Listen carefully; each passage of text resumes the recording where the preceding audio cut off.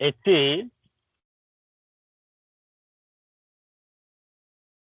ফসফরাসের একটি গুরুত্বপূর্ণ বিষয় হচ্ছে, অত্যন্ত গুরুত্বপূর্ণ বিষয় হচ্ছে, যতক্ষণ পর্যন্ত সে রোগটি সামাল দিতে পারে অথবা সে অনুভব করে যে রোগটি তার উপরে আধিপত্য বিস্তার করতে পারবে না। খাতা কলম যদি কাছে থাকে, গুরুত্বপূর্ণ বিষয়ে কয়েকটি শব্দের মধ্যেও যদি লিখতে পারেন, অবশ্যই একটু লিখবেন। পরে কতটা পড়া হবে, পড়ার সুযোগ পাবে সেটা জানি না। খাতা কলম নিয়ে একটু লেখার চেষ্টা করবেন, লিখবেন। আমি কিন্তু এই গল্পের পরে আবার ধরবো পড়া। আমি এমন করে গল্পের ছলে বলবো যাতে আপনাদের বুঝতে সুবিধা হয়।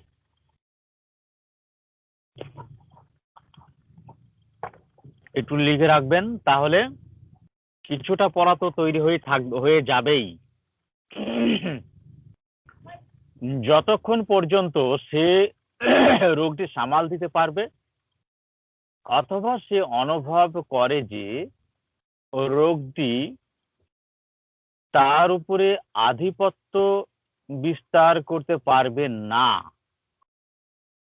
এই সময়ে তার আচার ব্যবহার কেমন থাকে তা বেশ ভালোভাবে জানতে হবে। অর্থাৎ এটা কিন্তু অর্গাননের কথা। এই বিষয়গুলোকে কেউ এতদিন কেন আবিষ্কার করলেন না? বহুজন তো অর্গানন বই লিখেছেন।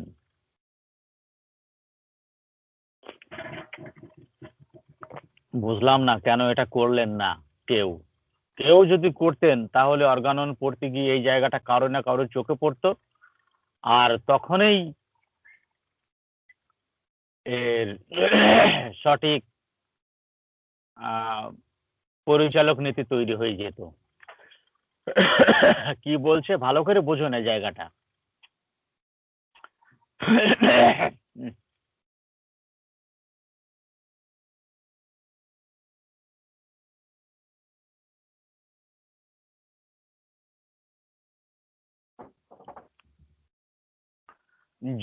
একটি মানে একটি ঔষধ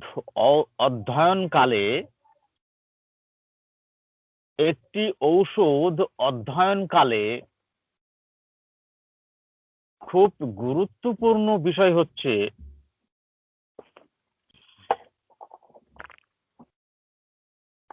যতক্ষণ পর্যন্ত সে রোগটি সামাল দিতে পারে অথবা সে অনুভব করে যে রোগটি তার উপরে আধিপত্য বিস্তার করতে পারবে না, এই সময়ে তার আচার ব্যবহার কেমন থাকে তা বেশ ভালোভাবে জানতে হবে। এই কথার মধ্যে দিয়ে কোন অবস্থার কথা বলেছে একটু বলুন তো ভাই? এই কথার মধ্য দিয়ে অর্গাননে কি বোঝাতে চেয়েছেন? কোন অবস্থার কথা বোঝাতে চেয়েছেন?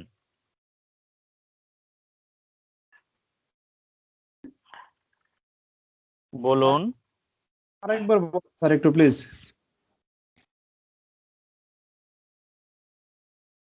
একটি ঔষধ অধ্যয়নকালে খুব গুরুত্বপূর্ণ বিষয় হচ্ছে যতক্ষণ পর্যন্ত সে রোগটি সামাল দিতে পারে অথবা সে অনুভব করে যে রোগটি তার উপরে আধিপত্য বিস্তার করতে পারবে না, এই সময়ে তার আচার ব্যবহার কেমন থাকে তা বেশ ভালোভাবে জানতে হবে।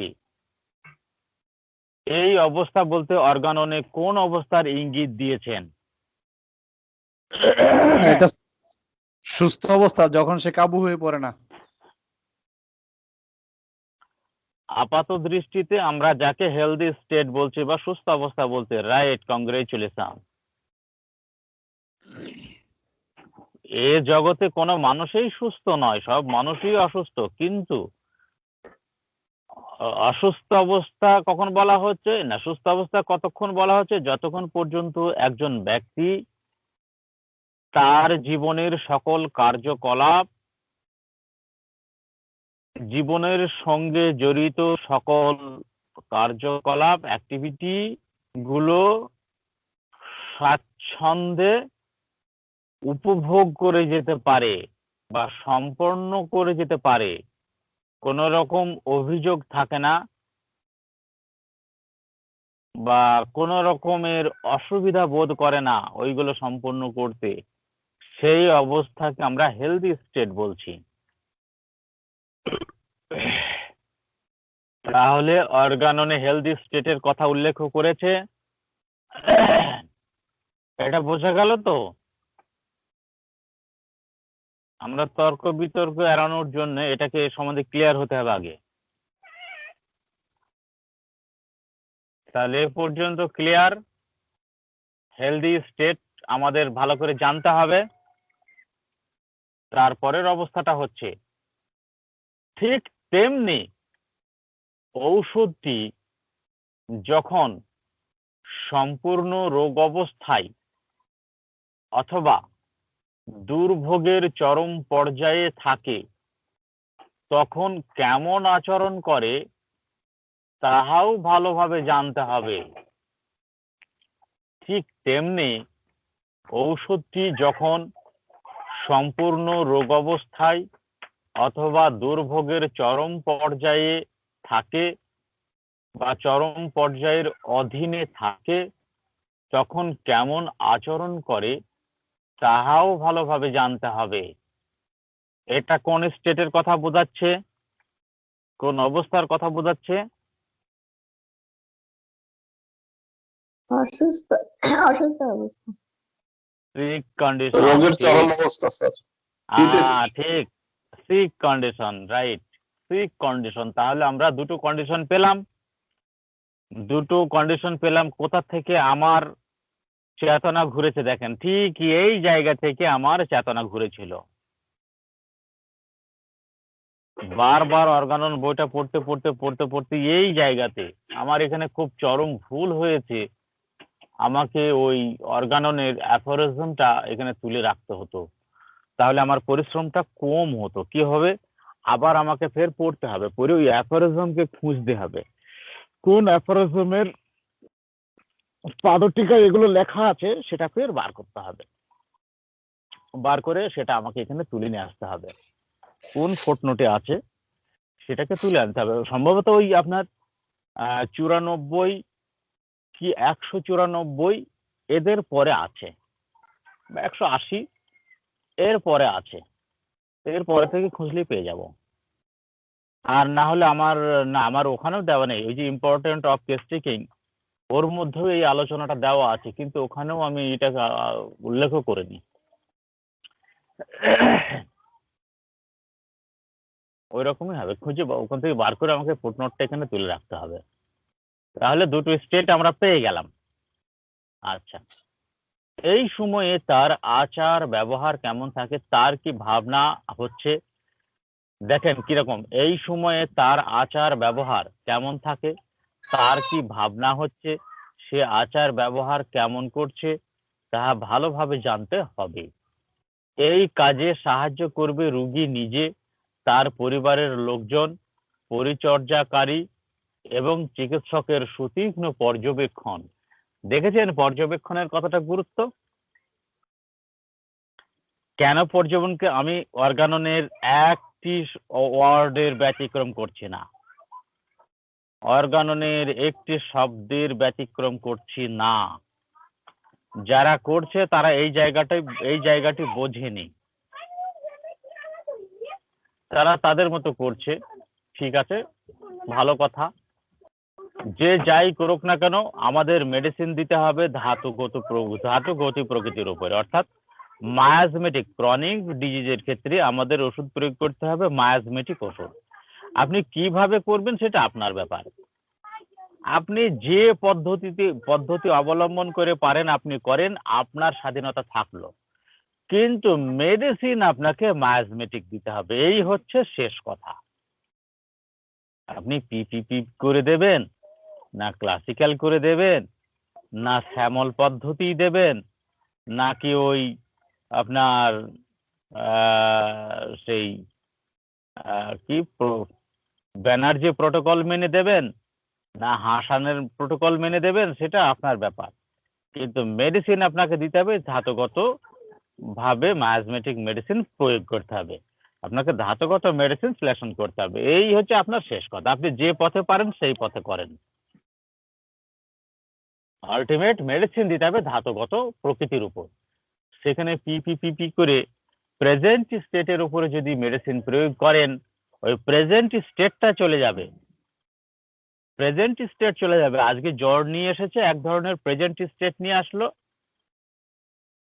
এক ধরনের মেডিসিন হলো, কালকে কোমরের ব্যথা নিয়ে আসবে, আরেক ধরনের প্রেজেন্টেশন দেবে, সেখানে পিপিপি করে আরেকটা মেডিসিন আসবে, তারপরের দিন আপনার জ্বর নিয়ে আসবে, পিপিপিতে আরেকটা প্রেজেন্টেশন দেবে, আরেকটা মেডিসিন হবে, এইভাবে চলতেই থাকবে চলতেই থাকবে। যদি পিপিপির সঙ্গে কোনোভাবে তার কনস্টিটিউশনটা মিলে যায়, কনস্টিটিউশনটা যদি মিলে যায়, তাহলে সেই রুগী চমৎকার ভাবে পুরোপুরি সুস্থ হবে, সে সহজে আর অসুস্থ হবে না।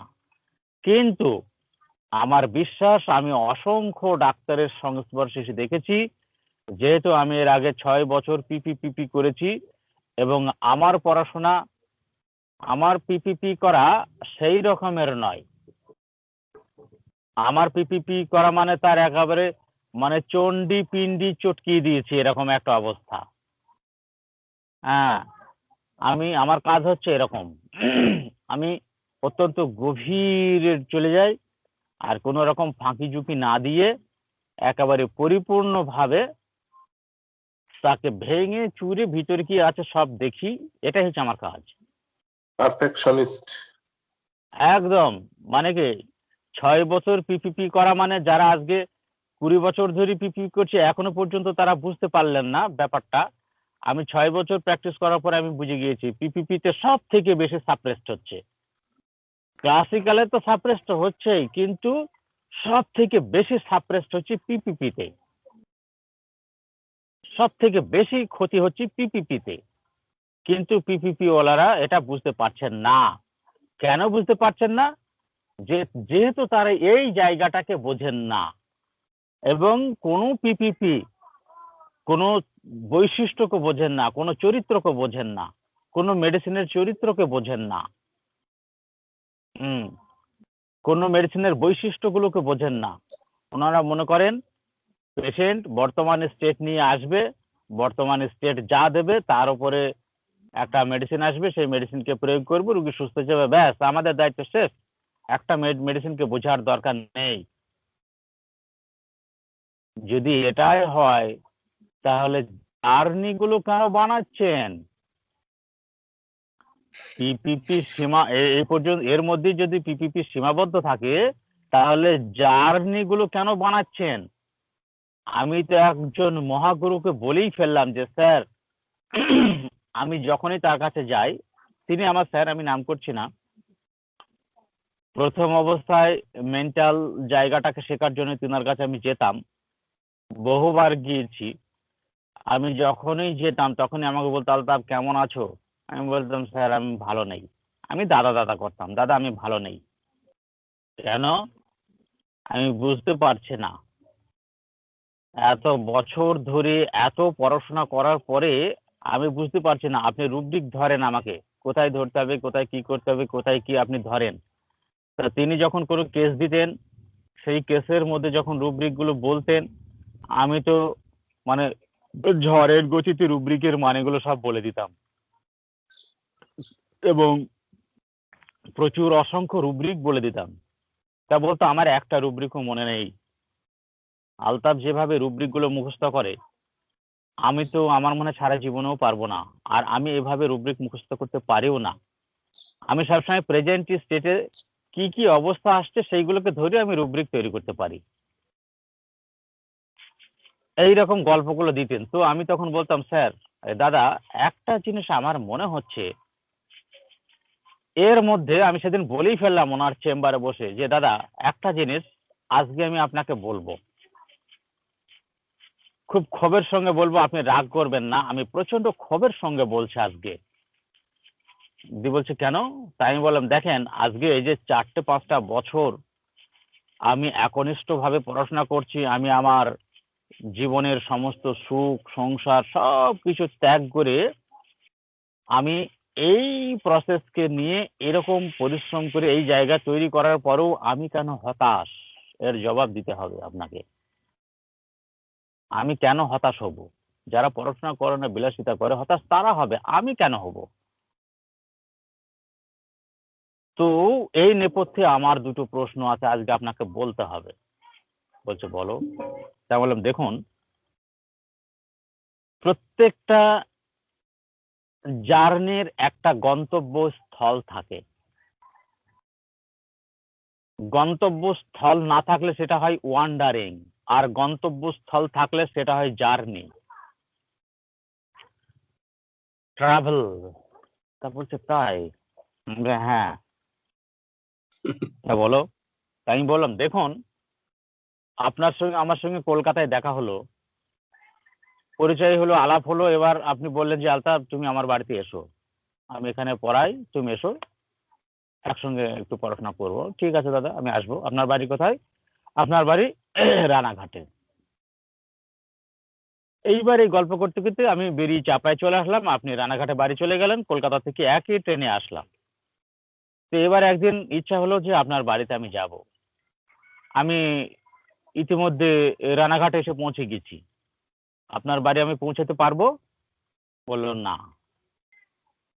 তো আমি তখন বলছি, আপনার বাড়ি পৌঁছাতে গেলে আমাকে আরো কি দরকার ছিল?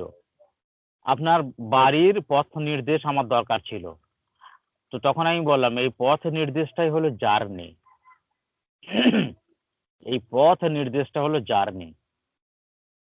আপনি আমাকে বলে দেবেন এই পথ দিয়ে যেতে, এই ডাইনে, এই বামে, এই সামনে, এই তারপরে ওই, তারপরে গিয়ে এই রকম একটা জায়গাতে, এই যে জায়গা জায়গা, তো ওই রাস্তা দিয়ে যখন আমি যাব তখন আমি সেই জিনিস আপনি যা যা বলেছিলেন সেইগুলো আমি দেখতে দেখতে যাব, মেলাতে মেলাতে যাব, গিয়ে শেষে গিয়ে আপনার বাড়ির যে চরিত্র বলেছেন সেটা যেই দেখবো আর বুঝে যাবো যে হ্যাঁ এটা দাদার বাড়ি।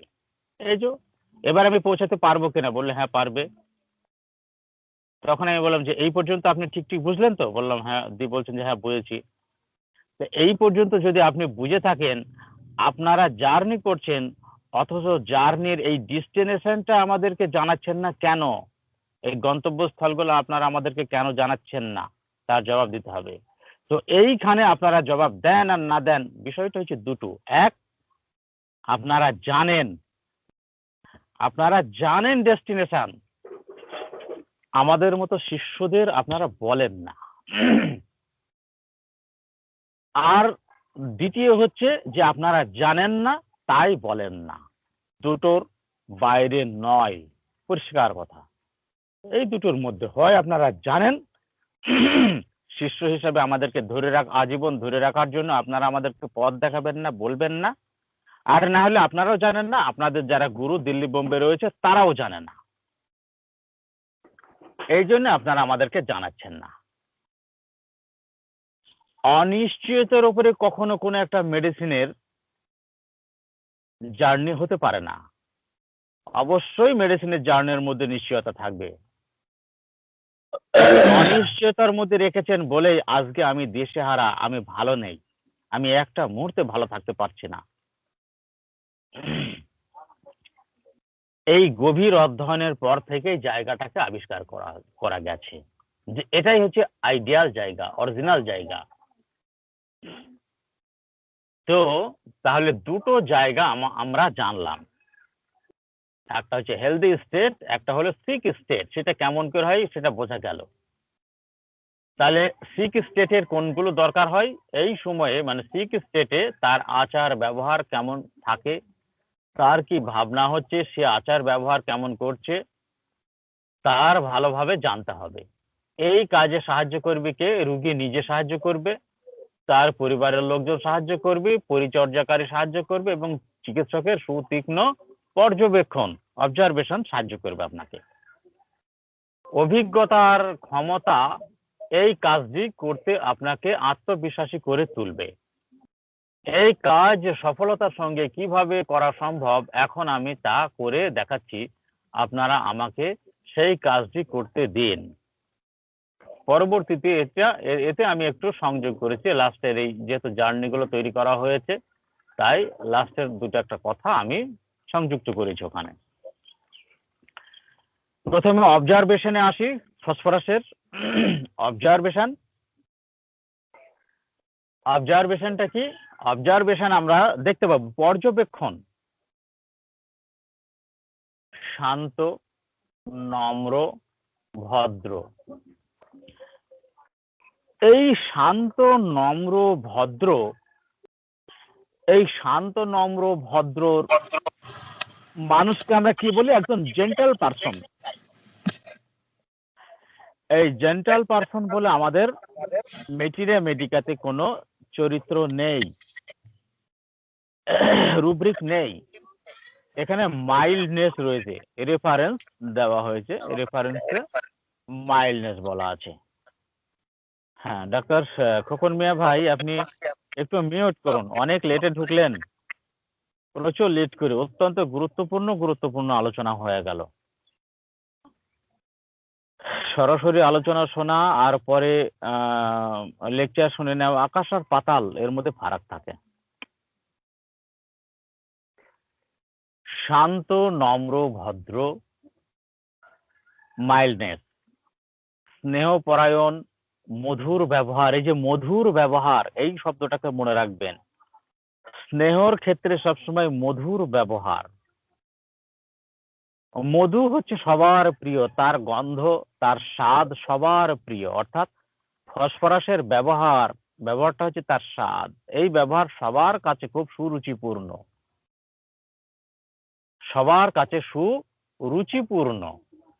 তাহলে স্নেহপরায়ণ, মধুর ব্যবহার, মধুর কথা, ব্যবহারে জান জুড়িয়ে যাবে। এই কথাগুলো আমি আরো লিখেছি, যে ব্যবহারে জান জুড়িয়ে যাবে, এগুলো লিখেছি আসলে একটা চিকিৎসকের মনকে প্রভাবিত করার জন্য আমাকে এগুলো লিখতে হয়েছে। Affectionate, return affection. আপনি ভালো ব্যবহার করবেন তো সেও আপনাকে রিটার্ন করবে ওই ভালো ব্যবহার। এত ভালো ব্যবহার। অত্যন্ত মিশুকে, এই অত্যন্ত মিশুকে আপনি দেখতে পাবেন যে পেশেন্টটা চেম্বারে ঢুকলো, আপনার কেবিনে ঢুকলো, আপনি দেখলেন খুব শান্ত নম্র, অসুস্থ অবস্থাতেও কিন্তু দেখলেন যে সে খুব শান্ত নম্র, খুব ভদ্র, স্নেহপরায়ণ, এগুলো আপনি দেখলেন। কিন্তু এই অসুস্থ অবস্থার স্তর হিসাবে এগুলোর পরিবর্তন হবে। যেমন আতঙ্কিত অবস্থা থাকলে সেখানে আপনি পর্যবেক্ষণে আতঙ্কিত অবস্থাটা দেখতে পাবেন। কিন্তু এই সবকিছু দেখার পরে যখনই আপনি তার রুগীর পরিচর্যাকারী বা রুগীর পরিবারের লোকজনদেরকে জিজ্ঞাসা করবেন, এর আচার ব্যবহার সম্বন্ধে বলেন, তখনই তাদের মধ্যে থেকে যে গল্প বার হয়ে আসবে, সেই গল্পের মধ্যে থেকেও আপনি এই শান্ত, নম্র, ভদ্র, স্নেহপূর্ণ, মধুর ব্যবহার, এইগুলো আপনি তাদের কাছ থেকেও পাবেন। আপনাকে আপনার অভিজ্ঞতার দ্বারা সেটাকে কনফার্ম করতে হবে। তাহলে কি হচ্ছে? চোখের দিকে তাকিয়ে অত্যন্ত যুক্তিপূর্ণ ভাবে কথা বলে। কমিউনিকেটিভ, অত্যন্ত মিশুকে। আর কি? সে সর্বদাই যুক্তিপূর্ণ ও সঙ্গতপূর্ণ ও যুক্তিপূর্ণ কথা বলে। লেখা শিশির মতো সাবজেক্ট টু সাবজেক্ট লাভ দিয়ে কথা বলে না। জাম দিয়ে দিয়ে কথা বলে না, এরা সঙ্গতপূর্ণ এবং যুক্তিপূর্ণ কথা বলে। এরা কথা বলে একটু বেশি, প্রয়োজনের তাগিদে ফসফরাস একটু বেশি কথা বলে, কিন্তু সেই কথার মধ্যে থাকে জ্ঞান গর্ভ থাকে তার কথার মধ্যে, সঙ্গতপূর্ণ ও যুক্তিপূর্ণ। অযৌক্তিক লেখা শিশুর মতো অযৌক্তিক কথাবার্তা বলে না, আর লাভ দিয়ে দিয়ে এটা থেকে ওটা, ওটা থেকে সেটা এইরকম ভাবে বলে না। এই জন্য কেউ যখন বেশি কথা বলবে তখন সেই কথা শোনার সঙ্গে সঙ্গে আপনার মধ্যে একটা হিসাব থাকবে যে বিষয় থেকে বিষয় পরিবর্তন কিরকম সে করছে। কেননা বেশি কথা বললে সেই কথার মধ্যে কি ধরনের বিষয়গুলো নিয়ে আসছে, কতগুলো বিষয় ইতিমধ্যে সে পার করে চলে আসলো, এই হিসাবও আপনাকে রাখতে হবে। যে লেখেশিস যেহেতু বিষয় থেকে বিষয়ান্তর পরিবর্তন হয়, কিভাবে কথা বলছি, হিংসা করে কথা বলছি, আনন্দ করে কথা বলছি, না যুক্তিপূর্ণ কথা বলছি, এই ব্যাপারগুলো খেয়াল রাখতে হবে।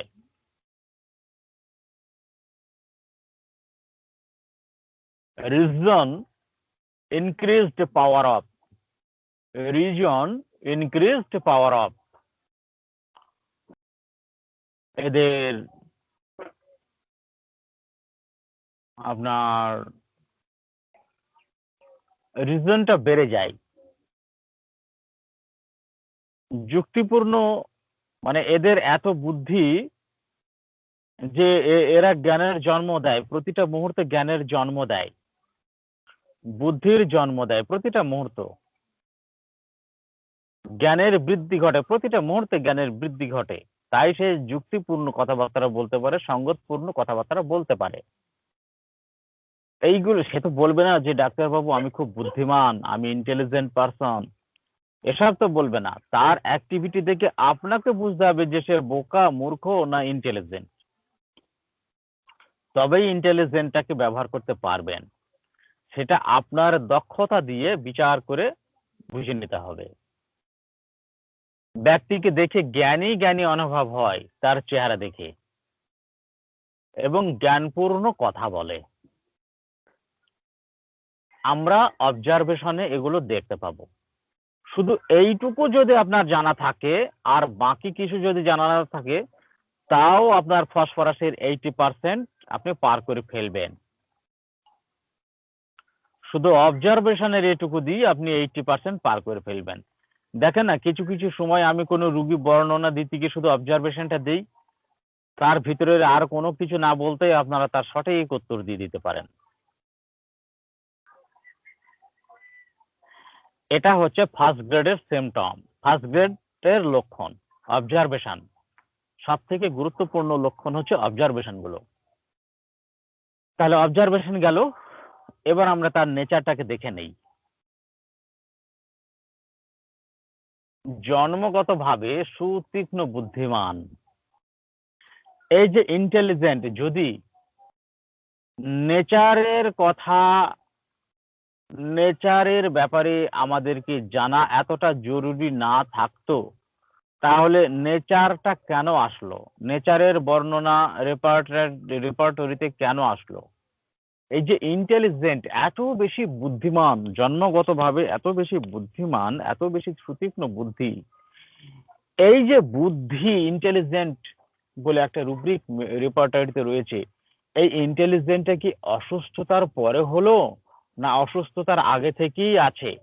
আচ্ছা আপনাদের কি ধারণা বলেন তো, এ জীবন পর্যন্ত এখনো কোনো কোথাও দেখেছেন যে অসুস্থ হবার পরে সে সুতীক্ষ্ণ বুদ্ধিমান ব্যক্তি হয়ে গেল? এরকম কি কেউ দেখেছেন? বলুন তো, আপনাদের কাছে কোনো হদিস আছে কিনা? এটা কখনো সম্ভব না স্যার। তাহলে কি মনে হয় ইন্টেলিজেন্টটা কোন অবস্থার সিমটম রেপার্টরিতে যা দেওয়া আছে? হেলথি স্টেট এবং জন্মগত এটা। একদম। এটা তারা আবিষ্কার করলেন কিভাবে? আবিষ্কার করলেন যখন ফসফরাস তারা তো জানতেন না যে কেমন প্রকৃতির মানুষের মধ্যে ফসফরাস সিমটম গুলো খুব ভালোভাবে পরিস্ফুটিত হবে, ফসফরাস হচ্ছে কি, মানে ব্যক্তিটা হচ্ছে একটা ভূমি, একটা উর্বর জমি, মাটি। তা কোন জমিতে কোন ফসল ফলবে যদি কারো পূর্ব অভিজ্ঞতা না থাকে তাহলে কি হবে? সে সব রকম জমিতেই ওই ফসলের চাষ করতে থাকবে।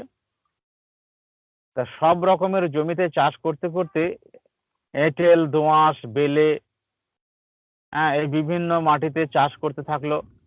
বিভিন্ন মাটিতে একসঙ্গে চাষ করতে করতে দেখা গেল যে এঁটেল মাটিতে সব থেকে ভালো ফলাফল ফলেছে, দোআঁশ মাটিতে তার থেকে কম, বেলে মাটিতে তার থেকে কম। কয়েকবার এই চাষটা করার পরে একই ফলাফল হলো, তখন সে পুরোপুরি ভাবে অভিজ্ঞ হয়ে গেল যে এই ফসলটা এঁটেল মাটিতে সব থেকে বেশি লাভদায়ক হয়, সব থেকে বেশি ফলদায়ক হয় এঁটেল মাটিতে। তখন সে এই অভিজ্ঞতার কথা লিখলেন। ঠিক তেমনি ফসফরাস মানে বিভিন্ন মেডিসিন বিভিন্ন প্রকৃতির মানুষের মধ্যে প্রোভিং করা হতো। এই বিভিন্ন মানুষদের মধ্যে প্রোভিং করার সময়ে ফসফরাসের যে বডি বা ফসফরাসের যে বুদ্ধির কথা বলা হয়েছে, এইরকম বুদ্ধিমান ব্যক্তিদের মধ্যে যখন প্রোভিং করা হয়েছে, প্রত্যেকবার একই রকম ভাবে অত্যন্ত সুন্দরভাবে প্রচুর সিমটম গুলো প্রকাশ পেয়েছে। কিন্তু বুদ্ধি কম বা ভুলভাল বকে ল্যাকেসিসের মতো বা অন্যান্য প্রকৃতির যে সমস্ত মানুষগুলো রয়েছে তাদের মধ্যে যখন প্রয়োগ করা হয়েছে তখন সেখানে প্রচুর সিমটম দেখা গেছে। কিন্তু সব থেকে বেশি সিমটম দেখা গেছে এই বুদ্ধিমান মানুষদের মধ্যে। তখনই তারা এই বুদ্ধিমান রুব্রিকটাকে এর মধ্যে দিয়ে দিলেন যে ফসফরাসের উর্বর ক্ষেত্র হচ্ছে বুদ্ধিমান মানুষ, আর তার যে বডির গঠন ওই রকম বডির গঠনে এইরকম বুদ্ধিমান ধৈর্যশীল ব্যক্তির মধ্যে সব থেকে বেশি সিমটম গুলো প্রকাশ পেয়েছে। অতএব ফসফরাসের উর্বর জমি হচ্ছে এটা।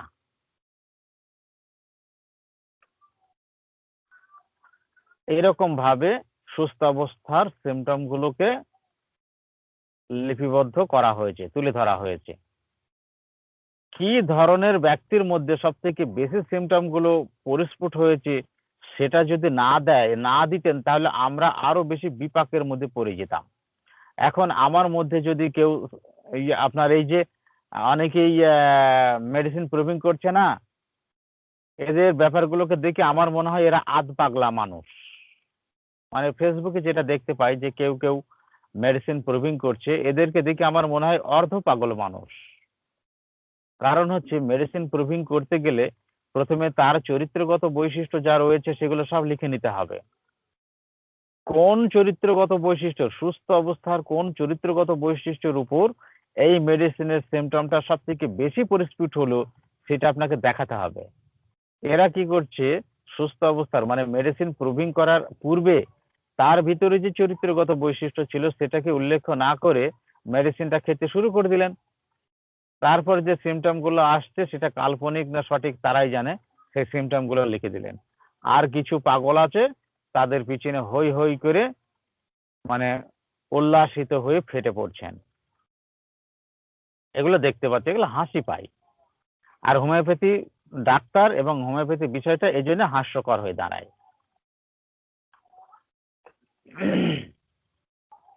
তাহলে অবজারভেশনটা বোঝা গেল। এবার আমি নেচারটাকে বলছি। জন্মগতভাবে সুতীক্ষ্ণ বুদ্ধিমান, যে কোনো বিষয় খুব সহজেই বুঝে যায়, ইন্টেলিজেন্ট। তাহলে যে কোনো বিষয় খুব সহজেই বুঝে গেলে তাকে আমরা খুব বুদ্ধিমান বলি। আমার যে লেকচার গুলো দিচ্ছে এই লেকচার গুলো যদি কেউ খুব সহজেই বুঝে যায় না, আমরা তাকে কি বলি, সত্যি না এর ব্রেনটা খুব ভালো। এই ব্রেনটা খুব ভালো বলতেই তো বুদ্ধিমান বলা হয়। এর ব্রেনটা সত্যিই খুব ভালো। উনি চট করে বুঝে যান। হোমিওপ্যাথি ওনার দ্বারা হবে, অর্থাৎ আমরা সার্টিফাই করি যে তিনি খুব বুদ্ধিমান মানুষ। এই যে তিনি তো বললেন না যে আমি খুব বুদ্ধিমান মানুষ, কিন্তু তিনি বললেন না, তা তিনার কার্যকলাপের মধ্যে দিয়ে প্রকাশ পাচ্ছে এগুলো। আমাদের এগুলো লক্ষ্য রাখতে হবে। সহানুভূতিশীল, সিম্প্যাথেটিক, অত্যন্ত সহানুভূতিশীল, ধৈর্যশীল, অভিযোগ বা সমস্যা সহ্য করার ক্ষমতা তার আছে। তা ধৈর্যশীল এই ব্যাপারটা কেমন? ধৈর্যশীল ব্যাপারটা হচ্ছে যে নিজের ব্যাপারে কোনো অভিযোগ করবে না, যা কিছু হবে তা সহ্য করে যাবে, যা কিছু হবে তা মানে যথেষ্ট সময় পর্যন্ত ধৈর্য ধরে যাবে, কোনো অভিযোগ করবে না, শান্তভাবে মেনে নিয়ে চলতে থাকবে। এটাই হচ্ছে পেশেন্স। তার ফসফরাসের পেশেন্স এত, আপনার ওই পাহাড় সমান ধৈর্য, পাহাড়ের সমান। একটা পাহাড় যেমন রোদ ঝড় জল বৃষ্টি ভূমিকম্প সবকিছু সে নীরবে সহ্য করে, শত শত আঘাত সে শুধু সহ্য করে, অথচ কোনো প্রতিক্রিয়া দেখায় না। ফসফরাসের ধৈর্য ওই পাহাড়ের সমান, সে সাধারণত কোনো প্রতিক্রিয়া দেখায় না, এত ধৈর্য। পরোপকারী, সিম্প্যাথেটিক তো রয়েছে, সিম্প্যাথেটিকের সঙ্গে সে হচ্ছে পরোপকারী। বেনোভলেন্স, বেনোভলেন্সটা কি? কেউ আছে দেখবেন উপকার করে, মানে প্রচার করে, উপকার করে এবং অন্যদেরকে বলতে পছন্দ করে, আমি সাহায্য করি, আমি উপকার করি, এই করি ওই করি। উপকার করার পরে বা সাহায্য সহানুভূতি করার পরে সে সেটাকে প্রকাশ করে অন্যদের কাছে, সেটা হচ্ছে বেনোভলেন্স। তার সুন্দর আচার ব্যবহার, যেহেতু আগে মধুর আচরণ বলেছি, এই মধুর আচরণ কি আমরা বুঝতে পারবো না? আমরাও তো বুঝতে পারবো আমাদের সামনে আসলে এই রোগী, এত সুন্দর ব্যবহার। তার সুন্দর আচার ব্যবহার কথাবার্তার দ্বারা অন্যরা আকর্ষিত হয়ে পড়ে। দেখেছেন কিভাবে ম্যাগনেটাইজ করছে?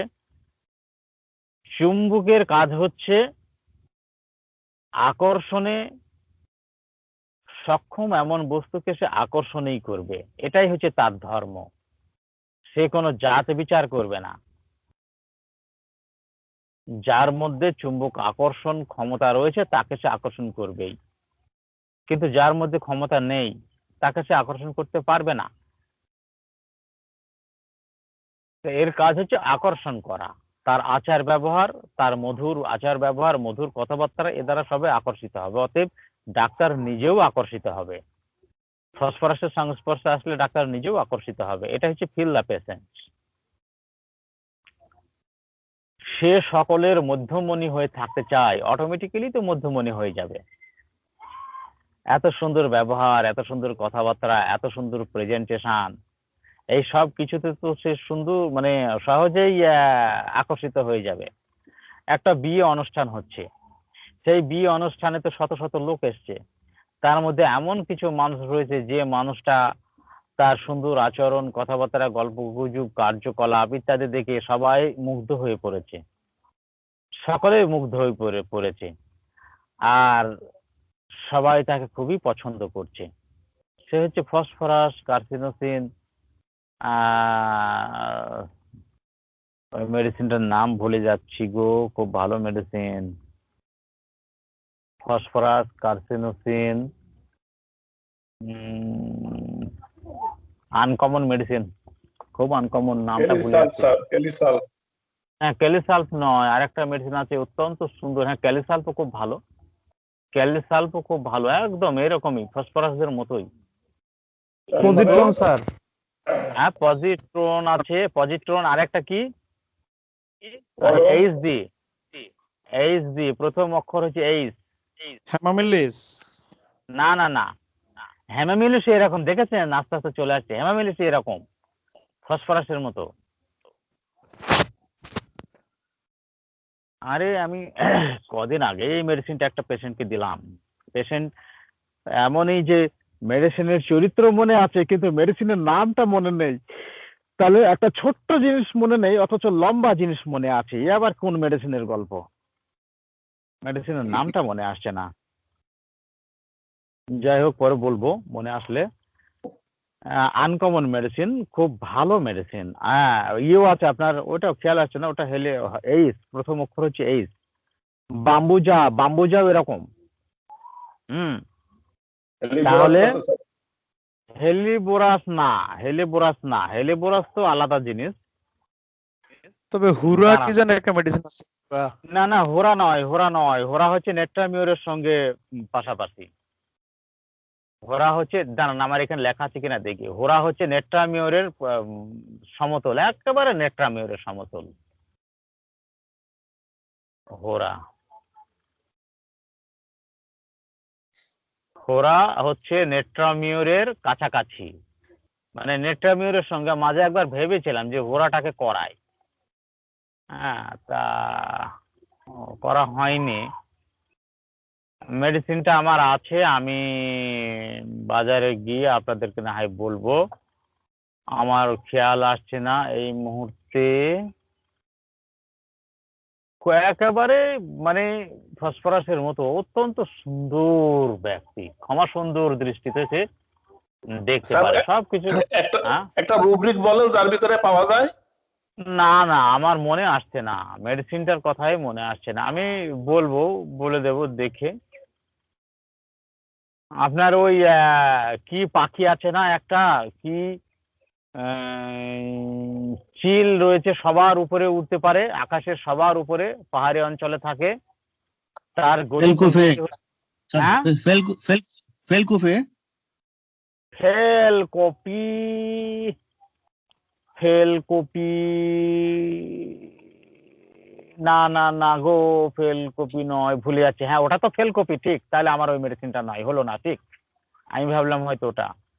হ্যাঁ, ওটা আপনি যেটা বললেন ওটা হচ্ছে ফেলকপি। ফেলকপি হচ্ছে হাই স্পিরিটেড, তাই না? ল্যাকেসিস, ফ্লোরিক অ্যাসিড এদের মতো দেখতে, ঠিক তো? ফেলকপি, জি স্যার। ল্যাকেসিস, ফ্লোরিক অ্যাসিড এদের মতো দেখতে। ভুলে গেলাম, স্যালিক্স ফ্রাজিল নয়, সাচারাম নয়, স্যাম্বোকাসটা ওদের, স্যাম্বোকাস না, আপনার বাম্বোজা, বাম্বোজা ওদের মতো দেখতে। হ্যাঁ, তাহলে কি কি মেডিসিন সিমিলার হলো সেটা বলেন আরেকবার। ফসফরাসের সিমিলার মেডিসিন কি, কে কে আসলো বলেন। কার্সোনাসিন, হ্যাঁ, কার্সিনোসিন 1, তারপর তারপরে ক্যালিসাল্ফ, ক্যালিসাল্ফ 2, তারপর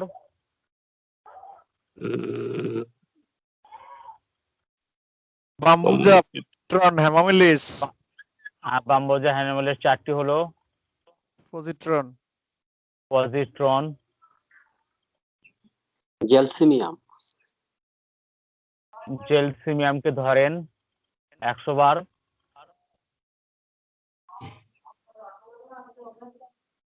প্রকাশ সেটা বছর ওইটা রকম স্যার। হ্যাঁ, প্রকাশ সেটা বছর ওই রকম স্যার। না না না, ক্রোকাসাইট এরকম নাই। অলিভ স্যাক, আমি যেটা বলছিলাম সেটা অলিভ স্যাক গো, এই যে নাই, ওটা হচ্ছে অলিভ স্যাক।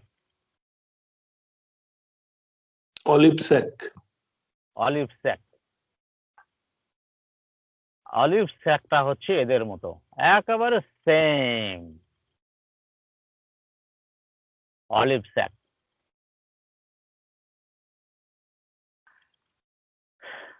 তাহলে ফসফরাসের সদৃশ এতদিন কোনো পেয়েছিলেন মেডিসিন, ফসফরাসের চরিত্র সদৃশ কোন ওষুধ খুঁজে পেয়েছিলেন?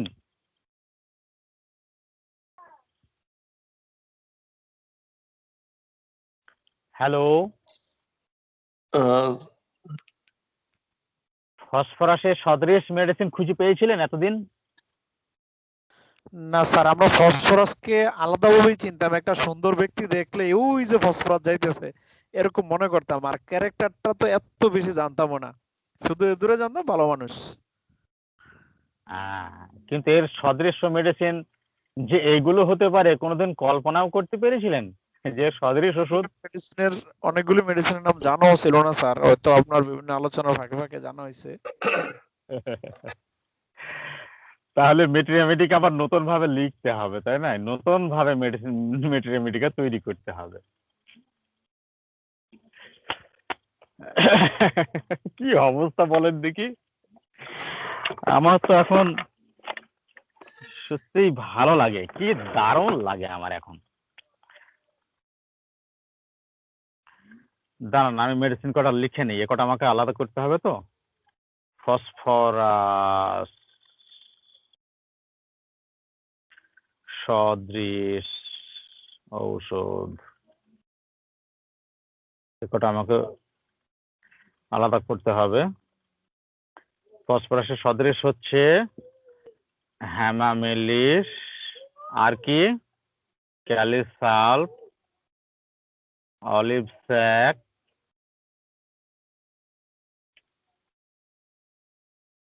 আর কি বেশ gelsemium,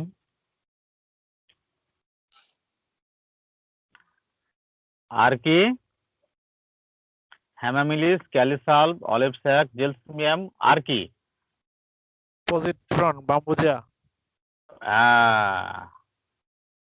positron, positron, bambusa, বাম্বুজা।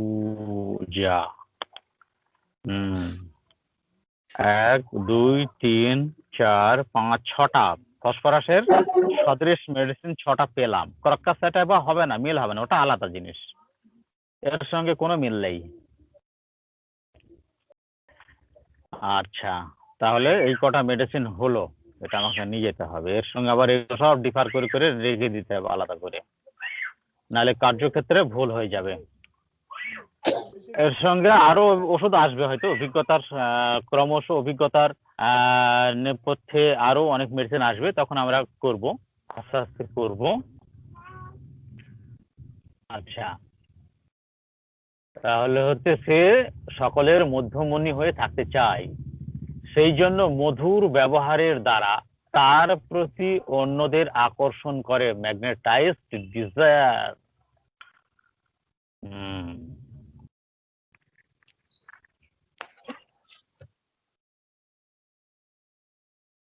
Phosphorus অনুভব করে যে তার সবকিছুই পর্যাপ্ত পরিমাণে আছে। ফসফরাস অনুভব করে তার সবকিছুই পর্যাপ্ত পরিমাণে আছে। ডিলিউশন ওয়েলথ অফ, সবকিছুই পর্যাপ্ত পরিমাণে আছে। ডিলিউশন ওয়েলথ অফ, ওয়েলথ অর্জন করতে হয়, ওয়েলথ অর্জন করতে হয়। আর ইগোটিজম জন্মগতভাবে প্রাপ্ত হয়। ইগোটিজমটা হচ্ছে জন্মগতভাবে প্রাপ্ত। তাহলে ইগোটিজমটা হচ্ছে নেচার, তাই না? ইগোটিজমটাও নেচার, আপনার ওয়েলথটাও নেচার, কিন্তু ওয়েলথকে আপনার অর্জন করতে হয়, কিন্তু ইগোকে অর্জন করতে হয় না। ওয়েলথ এমন একটা জিনিস, সবসময় মানুষ তা অন্যদেরকে দেখাতে চায়, তার যা কিছু রয়েছে সেগুলো সবসময় অন্যদেরকে দেখাতে চায়। তাহলে সে কি করে দেখাবে? সে কি সব খুলে খালি দেখাবে? ব্যাপারটা তা নয়। ব্যাপারটা হচ্ছে সে গল্পের মধ্যে দিয়ে, কথার মধ্যে দিয়ে তার অধীনে, তার অধিকারে যে বস্তুগুলো রয়েছে সেগুলোকে দেখাতে চায়। তার এ আছে, ও আছে, তা আছে, হ্যান আছে, ত্যান আছে, সমস্ত কিছু সে দেখাতে চায়। এই দেখানোর মধ্যে দিয়ে এমনকি একটা মানুষের রূপ, যৌবন, সৌন্দর্য, টাকা পয়সা, তার দেহের শক্তি, লোকবল ইত্যাদি, তার বুদ্ধি, এ সবগুলি হচ্ছে ওয়েলথের আন্ডারে পড়ে এগুলো সব। যদি তারা সেটা দেখাতে চায় তখন সেটা ওয়েলথে পরিণত হবে। সেই কারণে সে সবসময় সুখী এবং সন্তুষ্টির সাথে সুবিধাজনক স্থানে থাকে। সুবিধাজনক স্থানে থাকে অর্থাৎ এই সুবিধাজনক স্থানে আমরা সবাই থাকতে চাই। এই যে আমরা এত পড়াশোনা করছি কেন? সুবিধাজনক স্থানে থাকার জন্য। আমরা এত বেশি পরিশ্রম করছি, এত বেশি খাটছি সুবিধাজনক স্থানে থাকার জন্য। অতএব সবাই সুবিধাজনক স্থানে থাকতে চায়। তাহলে কি হচ্ছে? Content, bed, remain in bed, desire to. Bed হচ্ছে কমফোর্টেবল জোন, আরামদায়ক স্থান, comfortable zone. Bed, remain in bed, desire to. Comfortable zone কি কি হতে পারে? তার পরিবার, তার কর্মস্থল, তার পরিবেশ, তার অফিস আদালত ইত্যাদি, এগুলো তার কমফোর্টেবল জোন বা সুস্থতার যে জায়গাতে রয়েছে সেটাও কমফোর্টেবল জোন। বা কেউ হয়তো একটা জামা, একটা পোশাক ব্যবহার করছে, সেটাও তার কাছে কমফোর্টেবল জোন। জামাটা ছিঁড়ে গেছে, চটিটা ছিঁড়ে গেছে, ওই রকম চটি কেনার মতো তার কাছে প্রচুর অর্থ রয়েছে, কিন্তু তবুও সে ওই শুটাকে পরিবর্তন করতে পারছে না, ওই জুতাটাকে পাল্টাতে পারছে না। কেন না? এই জুতা পরে তার যতটা আরাম লাগে, এটাকে পরিবর্তন করে আরো দামি জুতা কিনলেও বা এরকমই জুতা কিনলেও ভয় পাচ্ছে যে বলা যায় না যদি এরকম আরাম না হয়, এতটা আরাম না আসে, এই জন্য সে পাল্টাতে চায় না। পোশাকটা পরতে তার দারুণ লাগে, খুব ভালো লাগে, পোশাকটাকে পাল্টাতে চায় না, কেননা এ এত সুন্দর ফিটিংস, এত সুন্দর আমার মনের সঙ্গে মিল হয়ে গেছে, এত ভালো লাগে যে একে আমি পাল্টাতে চাই না। চিনে গেছে, লোকে কিছু কথা বলে, কিন্তু তবুও আমি একে পাল্টাতে চাচ্ছে না। এটাই হচ্ছে তার কাছে কমফোর্টেবল জোন, সব থেকে আরামদায়ক, এটাই হচ্ছে তার কাছে বেড। তার প্রচুর সম্পদ রয়েছে, সম্পদগুলো হতে পারে যেমন টাকা পয়সা, ধন সম্পত্তি, লোকবল, রূপ, স্বাস্থ্য, শক্তি, ক্ষমতা ইত্যাদি। তার কোনো চাহিদা নেই, সে অতিরিক্ত খুশিতে থাকে, সন্তুষ্ট থাকে, নিজেকে একজন গুরুত্বপূর্ণ, মহান ও বিশেষ ব্যক্তির কল্পনা করে। এরা অনেক সময় চিকিৎসকের কাছে ছদ্মবেশী রূপ ধারণ করে, মুখে বলবে হোমিওপ্যাথিক ঔষধে রোগ মূল থেকে উচ্ছেদ করতে পারে, একবার রোগ আরোগ্য হয়ে গেলে সেই রোগ জীবনে আর কখনো ফিরে আসে না।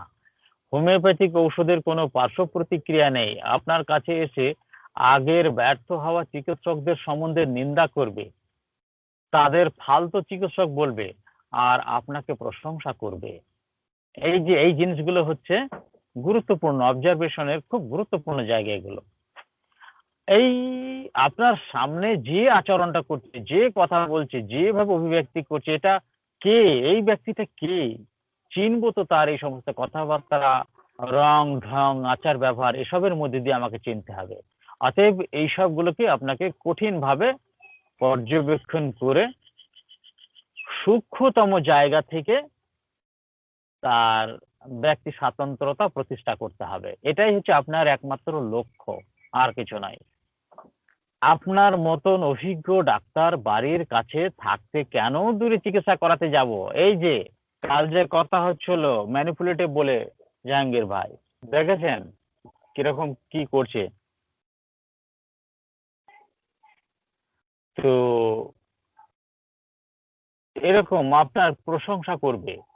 আপনার মতন অভিজ্ঞ ডাক্তার বাড়ির কাছে থাকতে কেন দূরে চিকিৎসা করাতে যাব? অথচ চিকিৎসকের আড়ালে বলবে যদি টাকা পয়সা থাকতো তাহলে এই ফালতু হোমিওপ্যাথিক ওষুধ খেতে, এই ফালতু ডাক্তারের কাছে আসতাম না। এইটাই হচ্ছে এর হিপোক্রেসি।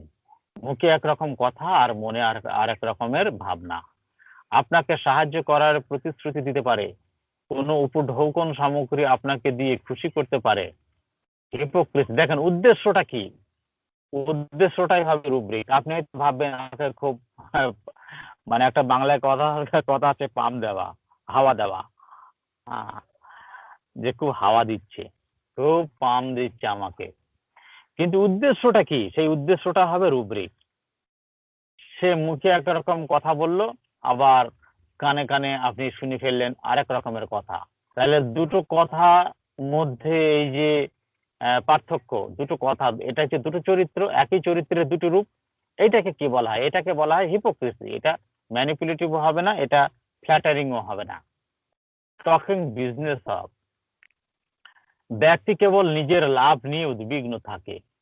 সুবিধা পাওয়ার সময় পর্যন্ত সে আপনার প্রশংসা করবে, সুবিধা শেষ হয়ে গেলে সে আর আপনাকে চিনতে পারবে না।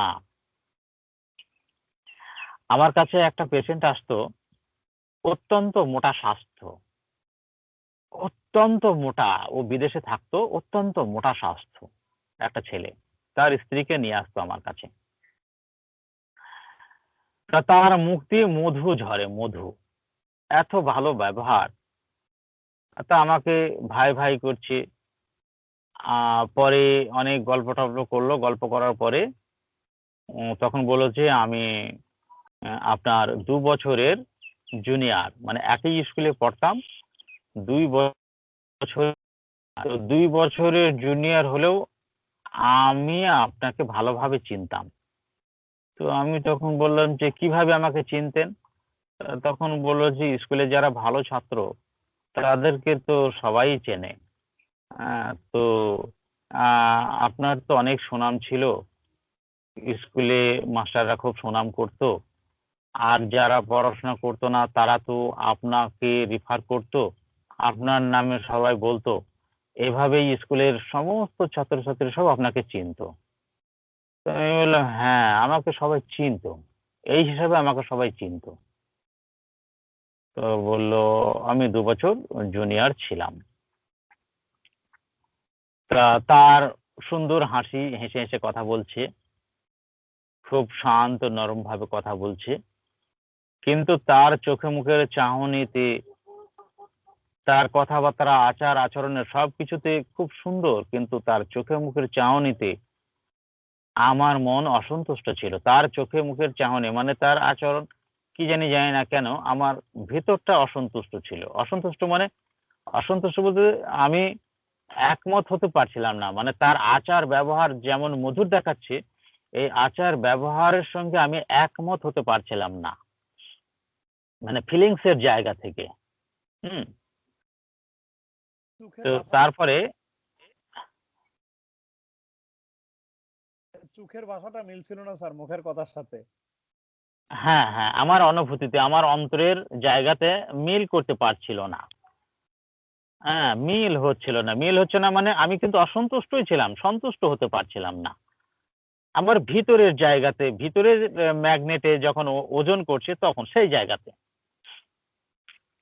তারপর ওর স্ত্রী, মানে ২ জন হচ্ছে ২ রকম ব্যক্তি। ওর স্ত্রী হচ্ছে ভিরেট্রাম অ্যালবামের ব্যক্তি। সে সাংঘাতিক মানুষের সঙ্গে কি রকম একটা মানুষ সংসারে কি সম্ভব নাকি, হয় নাকি সংসার? তো যাই হোক, ওর স্ত্রীকে যখন বাইরে বার করে দিলাম, তখন সে আমাকে বলছে, ডাক্তার আমার, মানে তখনই বলছে, ডাক্তার আমার মাঝে মাঝে এত রাগ হয়, এত বিগড়ে যায় না, মনে হয় এমন একটা ওষুধ খাইয়ে দিই যেন ও আর ঘুম থেকে না জাগতে পারে, ও যেন আর না উঠতে পারে। দেখেন, ও বাইরে বার হতেই এই কথা বললো, অথচ ওর সামনে ও কি সুন্দর মধুর ব্যবহার করলো। এমন ভালো ব্যবহার যে বউটা এত অত্যাচার করা সত্ত্বেও ও যেন তাকে মাথায় তুলে রেখেছে, এত ভালো ব্যবহার। কিন্তু যখনই তাকে বাইরে বার করে দিলাম, অমনি সে ওই রকম কথা বলতে শুরু করলো। এটা হচ্ছে ওর হিপোক্রেসি। তখনই আমি বুঝে গেলাম যে এ হচ্ছে ফসফরাস, অত্যন্ত ফসফরাস। আর আজকে 30 বছর, 30 বছর আগের গল্প তুললো কেন? স্কুলে পড়াশোনার গল্প তুললো ইম্পর্টেন্ট পাওয়ার জন্য, গুরুত্ব পাওয়ার জন্য, যাতে আমি মেডিসিনটা আরো একটু ভালো করে দিতে পারি। মানে ও ক্লোজ হয়ে গেল। আমরা আত্মীয়তার সম্পর্ক তুলি কখন? যখন প্রয়োজনের তাগিদে আরো ক্লোজ হতে চাই, তখন আত্মীয়তার সম্পর্ক তুলি। আপনি সেই অমুককে চেনেন, আমি অমুকের অমুক। ও আচ্ছা আচ্ছা, বেশ বেশ বেশ। তো আপনি তো তাহলে আমার অনেকটা কাছের লোক হয়ে গেলেন। চলেন চলেন চলেন আমার বাড়িতে চলেন, আমার বাড়িতে 2 দিন থাকবেন। ব্যাপারটা হচ্ছে এইরকম। হুম। তা ওর ওজন ছিল 1 কুইন্টাল। ওকে খাওয়া দাওয়ার নিয়ম নীতি বলে দেওয়া হয়েছে। আর ও অ্যালোপ্যাথি চিকিৎসা করছিল। কোলেস্টেরল ছিল প্রচুর, সেই কোলেস্টেরল কমানোর জন্য কোলেস্টেরলের ওষুধ খাচ্ছিল। এইসবের ফলে ও আবার ইম্পোর্টেন্সি হয়ে গেছে। কোলেস্টেরল ওষুধ খাওয়ার জন্য এই ইম্পোর্টেন্সের কারণে ও তো বাইরে ছিল, দীর্ঘদিন বাইরে ছিল। তো এখন বাড়িতে এসছে। এই বাড়িতে আসার পরে ওর স্ত্রীর সঙ্গে এখন অশান্তি শুরু হয়ে গেছে, চূড়ান্ত অশান্তি। উল্টো পাল্টা যা তা রকম বলে ওর স্বামীকে। তো এজন্যে ওর এখন আহ মানে শারীরিকভাবে ওকে সুস্থ হওয়া দরকার। আর শারীরিকভাবে সুস্থ না হওয়ার জন্য ও আরো বেশি, মানে পাগলি হয়ে যাচ্ছে মেয়েটা, আরো বেশি পাগলি হয়ে যাচ্ছে, আরো বেশি খারাপ ব্যবহার করছে। তো ওকে ঘুমাতে দেয় না, রাত দিন শুধু জ্বালাতন করে। কিন্তু এ তো দৈহিকভাবে অসুস্থ, কিছু করার নেই। এ নিয়ে ও খুব ভীষণ কষ্টের মধ্যে রয়েছে। তো ওকে বললাম যে তুমি যত বেশি কোলেস্টেরলের কমানোর ওষুধ খাবা তত বেশি তুমি উচ্ছন্নে যাবা। হ্যাঁ। তারপর ও আমার কাছে চিকিৎসা নেয় নিয়ে এদিনকে এসেছিল। আপনার 15 দিন ও 2 কেজি ওজন কমেছে। 15 দিনের মধ্যে 2 কেজি ওজন কমে গেছে। তো চলছে, দেখি কি হয় ফাইনাল। ব্যক্তি কেবল নিজের লাভ নিয়ে উদ্বিগ্ন থাকে, সুবিধা পাওয়ার সময় পর্যন্ত সে আপনার প্রশংসা করবে, সুবিধা শেষ হয়ে গেলে সে আর আপনাকে চিনতে পারবে না। Recognising not recognise does relatives his, সে আত্মীয় বানিয়ে ফেললো, কিন্তু যেই সুবিধা পেয়ে যাবে আর সে আত্মীয়কে চিনতে পারবে না, ওই আত্মীয়কে আর চিনতে পারবে না, হয়ে গেল, আত্মীয়তার সম্পর্ক শেষ। আমি বহু দেখেছি এরকম, বহু। হ্যাঁ, এসব বলে শেষ করা যাবে না, আমি আমার জীবনে অসংখ্য দেখেছি। এটা গেল তার নেচার। আমি বোঝার জন্য, ক্লিনিক্যাল প্র্যাকটিস করার জন্য আমি শর্টের মধ্যে আপনাদেরকে এটা দিচ্ছি বোঝার জন্য। এবার সিক কন্ডিশন, সিক কন্ডিশনে নিজেকে কিভাবে ম্যানেজ করে। যখন তার রোগ শুরু হয় সে অসহায় হয়ে যায়, যখন তার রোগ শুরু হয় সে অসহায় হয়ে যায়, যেহেতু সে অনুভব করে সে আগে যেমন কাজ করতে পারতো এখন সেই রকম ইচ্ছা মতন কাজ করতে পারবে না, অথবা তার সুবিধাজনক স্থানে সে নেই, এই রকম সময় সে মনে করে সে ধৃত হয়েছে, ধৃত অর্থাৎ স্থির হয়ে গেছে, থমকিয়ে গেছে। তাহলে অসহায় ফিল করছে, অসহায় ফিল কে করে? যে আগে সহায় বোধ করত, যে আগে নিজেকে নিজে সাহায্য করতে পারতো এখন সে আর নিজেকে নিজে সাহায্য করতে পারছে না। যে নিজেকে নিজে সাহায্য করতে পারতো সেই তো অসহায় বোধ করবে, যে নিজেকে নিজে সহায় করতে পারতো সেই তো অসহায় বোধ করবে। আগে সহায় বোধ করতো এখন পরিস্থিতির কারণে অসহায় বোধ করছে, আগে নিজেকে নিজে সহায় বোধ করতো না, অতএব এখন অসহায় বোধেরও কোনো ব্যাপার নাই। সহায় বোধ করলে তবে সে অসহায় বোধ করবে। Dilution feelings, helplessness feelings of, helplessness feelings of, অসহায় বোধ। আর কি ডিলিউশন সিজড অ্যাজিভ, এই ডিলিউশন সিজড অ্যাজিভ এই রুব্রিকটা প্রচুর অপব্যবহার হয়। পিপিপি দের কাছে অসংখ্যবার অ্যাবিউজড হয় সিজড এই রুব্রিকটা। হ্যাঁ, যখন আর কাজকর্ম কিছু করতে পারছে না, স্থিত হয়ে গেছে, আর চলাফেরা করতে পারছে না, আরে কোমরে যদি ব্যথা হয়, বাতের ব্যথা হয়, বা পেটে ভয়ঙ্কর যন্ত্রণা হয়, মাথায় যদি ভয়ঙ্কর যন্ত্রণা হয়, শরীর যদি কোনো কারণে অত্যন্ত দুর্বল হয়ে পড়ে, সে আর স্বাভাবিকভাবে চলাফেরা করতে পারবে? স্বাভাবিকভাবে কাজকর্ম করতে পারবে? সে তো আর চলাফেরাই করতে পারবে না, কাজকর্মে কিছু করতে পারবে না, এক জায়গায় আটকে যাবে এবং সেই জায়গা থেকে সে বার হওয়ার জন্য চেষ্টা চালাবে। সে অসহায় বোধ করবে, সব অবস্থায় তার মধ্যে তো থাকবে। এই পরিস্থিতির উপর ভিত্তি করে এরা খুব বেশি হেল্পলেসনেস ফিলিংস আর হচ্ছে delusion sees, talking business, delirium business talks of, এই সমস্ত রুব্রিক গুলো খুব ব্যবহার করে থাকেন। যে ফটাফট মেডিসিন গুলো আপনাকে দিয়ে দেবে, মানে যুক্তিপূর্ণ ভাবেই দেবে। আসলে রুগীটা সারলো কে সারলো না সেটা তো আর আমরা দেখতে পাচ্ছি না। যুক্তিপূর্ণ ভাবে আপনাকে এই মেডিসিনের তথ্যগুলো দিয়ে দেবে, কেসটা দিয়ে দেবে।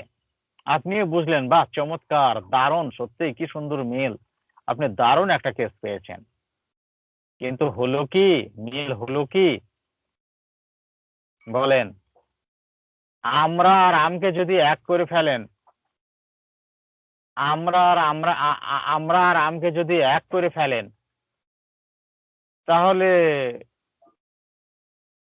সফলতার গল্প যতই শোনাক না কেন, আমি তো কান দিয়ে শুনবো না, অন্তত পক্ষে আমি কান দিয়ে শুনবো না। সফলতার গল্প যতই শোনাক, আমরা টোটালি আলাদা, টোটালটা আলাদা, স্বাদেও আলাদা, গন্ধেও আলাদা, চেহারাতেও আলাদা, টোটাল আলাদা। এটা তার চরিত্র, সেটাকে বুঝতে হবে। সিজ হয়েছে, আপনাকে মনে রাখতে হবে, সিজ হয়েছে কোন ব্যক্তি, কোন ব্যক্তি হেল্পলেসনেস ফিলিং করছে, কোন ব্যক্তি সিজ ফিল করছে। এই যে এখানে আপনারা 8-9 জন রয়েছেন, একজন কথা বললেন, আমাকে বুঝতে হবে যে কথাটা কে বলছেন, আমি বুঝবো কি করে? এই জন্য তো অনেক সময় বুঝতে না পারলে তখন নাম জিজ্ঞাসা করি, কে বলছেন ভাই কথাটা, কেন না আমি বুঝতে পারছি না। আবার কারোর গলা স্বরের সঙ্গে আমি এত পরিচিত হয়ে গেছি, যখন কথা বলেন তখন আমি বুঝে যাই যে অমুকজন কথা বলছেন, তাদের গলার স্বরের সঙ্গে আমি পরিচিত হয়ে গেছি। অতএব কথাটা কে বলছেন? কথাটা অমুকজন বলছেন। কি বললেন কথাটা? এই বললেন। গুরুত্ব কোনটা বেশি হলো? গুরুত্ব বেশি হচ্ছে যে কে বলছেন কথাটা, কে বলছেন তাকে চেনা। তাহলে আমার সামনে এসে যে এই সিজের গল্প দিচ্ছে, এই সিজের গল্পটা কে দিচ্ছে? যদি সে ব্যক্তি হিসাবে ফসফরাস হয়, তখন আমরা তার জায়গাতে সিজ নেব। যদি ব্যক্তি হিসাবে সে ফসফরাস না হয়, হায়স না হয়, ক্যান্থারিস না হয়, তাহলে সেই জায়গায় আমরা সিজ রুব্রিকটা ব্যবহার করতে পারবো না। অতএব এটা হচ্ছে একটা ট্র্যাপড রুব্রিক, ট্র্যাপ। আপনাকে বারবার ট্র্যাপ করবে, বারবার ট্র্যাপ করবে। দিল্লের লাড়ু, খেলেও মজা, না খেলেও মজা, নাকি খেয়ে পস্তানে, না কি খেয়ে পস্তানে, না খেলেও পস্তানে। দিল্লের লাড়ু। হুম, আচ্ছা, হ্যাঁ। সে তার অবস্থা থেকে নিজেই বার হয়ে আসতে চায়। সে তার অবস্থা থেকে নিজেই বার হয়ে আসতে চায়, নিজে আসতে চায়, কিন্তু পরিস্থিতি তাকে নিজে থেকে বার হয়ে আসতে দেয় না। তখন তাকে বাধ্য হয়ে সাহায্য নিতে হয়। সে কখনোই সাহায্য নিতে চায় না, কিন্তু অসহায়ত্বের কারণে তাকে সাহায্য নিতে বাধ্য হতে হয়। পরিস্থিতির কারণে সে আগে যেমন ভাবে কাজ করতে পারত, এখন সেই রকম করতে পারে না, বা তার আরামদায়ক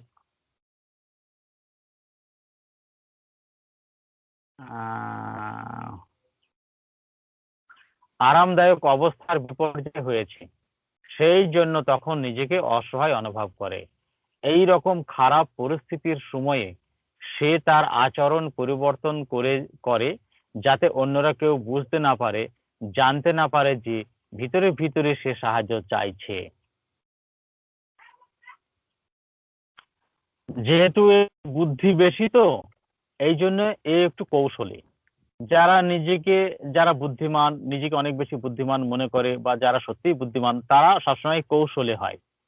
আর যাদের বুদ্ধি নেই, পাগল, তারা কৌশলী হয় না, তারা যেমন তেমন।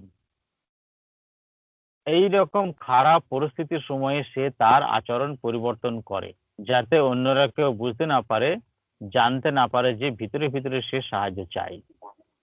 ইগোটিজম, হেল্পলেসনেস ফিলিং, হিপোক্রেসি, কপটতা। আচ্ছা, আর একটা কথা আমি বলে ফেলি এর মধ্যে, যদি মনে না থাকে বলা যায় না, সেটা হচ্ছে অসুস্থ অবস্থার এরকম সময়ে সে আরো বেশি শান্ত হয়ে যায়। ফসফরাস ব্যক্তি অসুস্থ অবস্থায় আরো বেশি শান্ত হয়ে যায়। শান্ত মানে কি? মানে কোমল, কোমল মনের মানুষ। দৈহিক ভাবে শান্ত হয়ে যায় এরকম নয়, আরো বেশি কোমল প্রকৃতির মানুষ হয়ে যায়। অসুস্থ অবস্থায়, সমস্যার সময়ে, বিপদের সময়ে আরো বেশি কোমল হয়ে যায়।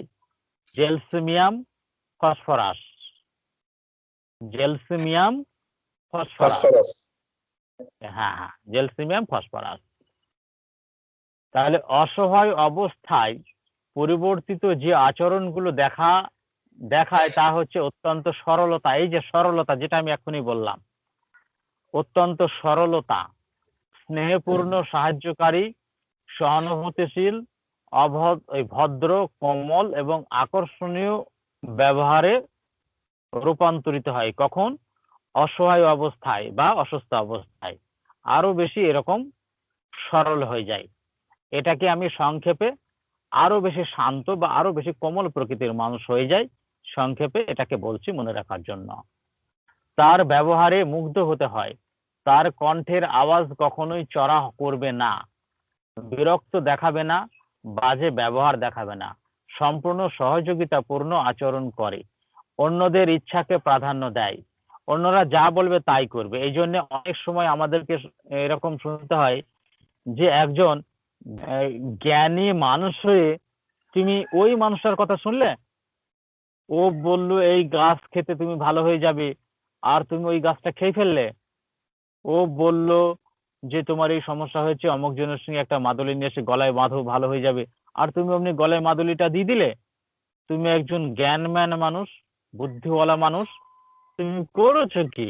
এই যে এরা কি হয়, আরো সরল হয়ে যায়। সরল সরল মানে যাকে খুব সহজে ব্যবহার করা যায়, পরিচালনা করা যায়। তা ফসফরাস অসহায় অবস্থায় ফসফরাসকে অনেক বেশি পরিচালনা করা যায়। এইরকম জায়গাগুলোতে একটু মাথায় রাখবেন ফসফরাসকে।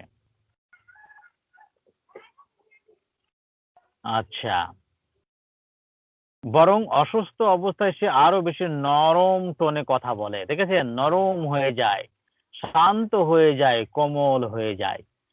সুবিধা পাওয়ার সময় পর্যন্ত সে আপনার প্রশংসা করবে, আপনার ইচ্ছাকে সর্বাধিক প্রাধান্য দেবে, নত হয়ে চলবে।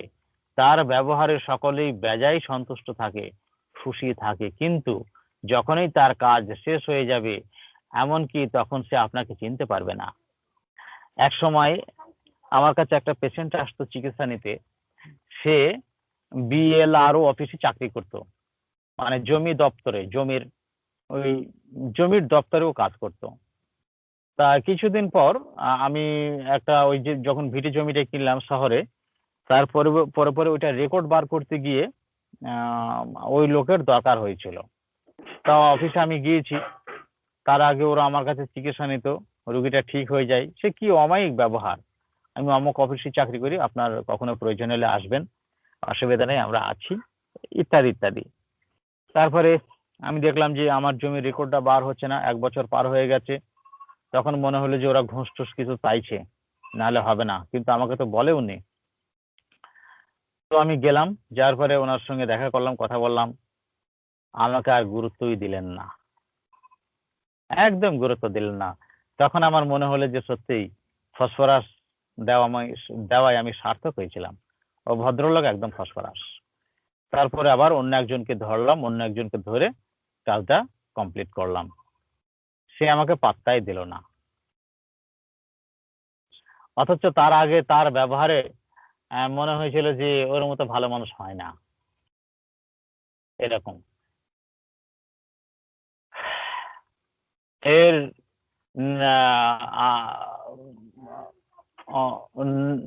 আদলে যে রুব্রিক গুলো আসে তা হচ্ছে নেভ, magnetised, affectionate, return affection, kissing everyone. এই যে কিসিং এভরিওয়ান আর হচ্ছে বেনেভোলেন্স। কিসিং এভরিওয়ান, প্রত্যেককে সে চুমু দিয়ে যায়। এখানে চুমু দিয়ে যায় বলতে কি মুখে মুখে, ঠোঁটে ঠোঁটে, ঠোঁট থেকেই চুমু দিয়ে যায়, ব্যাপারটা সেরকম নয়। আমরা আগে যেমন করাক্কাস টাইভাতে দেখতাম যে সকলকে চুমু দিয়ে যায়, যাকে পায় তাকে চুমু দিয়ে যায়। আরে তখন মনে হতো সে কি, এ তো একটা মার মাটিতে পড়বে না, সব কিছু পড়বে। সামনে যাকে পাবে, ছেলে মেয়ে সবাইকে যদি চুমু দেয়, হ্যাঁ, সকলকে চুমু দিলে কেউ মানবে? এটা শুনবে? মেয়েরই গাল লাল করে দেবে। তখন এরকম মনে হতো, কিন্তু এখন বুঝছি যে আসলে চুমু বলতে কি বোঝায়। এই যে স্নেহপূর্ণ সুন্দর ব্যবহারটাই হচ্ছে চুমু। রোগ আক্রমণের কারণে যখন কোনো ব্যক্তি যা করতে চায় তা স্বাধীনভাবে করতে পারে না, অথবা প্রতিকূল অবস্থার কারণে সে সিজড অনুভব করে, এখানে সে তার ইচ্ছা অনুযায়ী কাজ করতে পারে না, বা পরিস্থিতি যা চায় তা সে করতে বাধ্য হয়। এই কারণেই সে অন্যের ইচ্ছা অনুযায়ী কাজ করে, তার ইচ্ছা এবং পছন্দ অনুযায়ী কাজ করতে পারে না। এটা হলো তার অক্ষমতা বা দুর্বলতার অবস্থা। যতক্ষণ পর্যন্ত সে সিজড অবস্থায় থাকে, ততক্ষণ পর্যন্ত তার আচরণ পরিবর্তিত অবস্থায় থাকবে। কি পরিবর্তিত অবস্থা? আগে সে যেমন আচরণ করতো তার থেকে এখন আরো ভালো মানুষ হয়ে যাবে। এবং সিজড অবস্থায় থেকে বার হয়ে আসলেই সে তার আসল মুখোশ পরিবর্তন করবে। এমনকি অসুস্থ অবস্থায় ডাক্তারের প্রশংসা করবে, সাহায্য করার আশ্বাস দেবে, সমস্যার সমাধান জন্য সাহায্যের আশ্বাস দেবে, চিকিৎসা চলাকালীন খুব ভালো ব্যবহার করবে। কিন্তু যখন সে সুস্থ হয়ে যাবে তখন সে আর আপনাকে চিনতে পারবে না। এক সময় আমার কাছে একটা পেশেন্ট এসেছিল। সেই পেশেন্টটা কলকাতায় চলে গেছে। তো তখন সে আমাকে বলল মানে খুব শান্ত, অত্যন্ত মধুর ব্যবহার, আর প্রচুর লোকের সঙ্গে তার ব্যবহার। তার ভয় ছিল আপনার হাইপোকন্ড্রিয়াসিস, সমস্যাটা ছিল হাইপোকন্ড্রিয়াসিস। যখন তখন মৃত্যু ভয়ে সে আতঙ্কিত হতো, আর সেখান থেকে আমাকে ফোন লাগাতো। হ্যাঁ, অনেক বয়স্ক লোক, আলতাফ আমি এখন এখানে, আমার তো খুব ভয় লাগছে, আমি কি করব, আমি অমুক জায়গায় যাচ্ছিলাম, যেতে পারছে না। তখন আমি ওকে পজিটিভ আশ্বাস দিতাম, আর দূর, আমি থাকতে আপনার কি সমস্যা, হ্যাঁ আপনি জানতো, রাস্তায় কোথাও কিছু হলে একবার শুধু ফোন করে দেবেন, আমি চলে যাব আপনার কাছে। আপনি কলকাতাতেই থাকেন আর দিল্লি থাকেন, আমি উড়ে আপনার কাছে চলে যাব, আপনার সমস্যাটা কি, আমি আছি আপনার সঙ্গে, জানতো, আপনি ফিরে আসবেন না, আপনি যান, কিচ্ছু হবে না। এই যে সাহস দিলাম, সে লাইট হয়ে গেল, পজিটিভ আশ্বাস দিলাম, অমনি সে কাজ ছেড়ে ফিরে চলে আসতো, মধুর ব্যবহার। তো আমাকে বলতে, আলতাফ আমি তো চলে যাব কলকাতায়, আমি ঘরটা বিক্রি করব, খুব সস্তায় দিয়ে দেবো তোমাকে, তোমাকেই দেবো। হ্যাঁ, একদিন ধরে নিয়ে গেল বাড়িতে, বাড়িটা দেখালো, দুপুরবেলা খেতে দিল খ্রিস্টান লোকটা। তারপর খেতে খেতে বলছে, "ও আলতাফ, এই বাড়িটা তো একদিন তোমার হয়ে যাবে, তাই না?" তো আমি তো শান্ত আছি, চুপচাপ, মনে মনে বলছি যে এটা আপনার মানে ওই পাম, যে কথাটা খুব চলে আর কি, এটা আপনার পাম ছাড়া কিছুই নাই, এটা আমি মনে মনে ভাবছি। তো যাই হোক, তা আমি বলছি, আপনি কত দাম দেবেন বাড়িটার? বলে, এত দাম দেবো। হ্যাঁ, খুব সস্তা, আপনি প্রথমে না, তুমি তুমি করছো, তুমি আমাকে 1 লাখ টাকা দেবে প্রথমে, আর বাকি টাকাটা আস্তে আস্তে দিও। হ্যাঁ, এই আমি হ্যাঁ না কিছু না, চুপচাপ আছি। ব্যাস, পরিস্থিতি ঠিক হয়ে গেল, কলকাতার বাড়িটা, ফ্ল্যাট ঠিকঠাক করে ফেললো, সব ঠিকঠাক করে বাড়িটা অন্য একজনকে বিক্রি করে দিয়ে বেরিয়ে চলে গেল।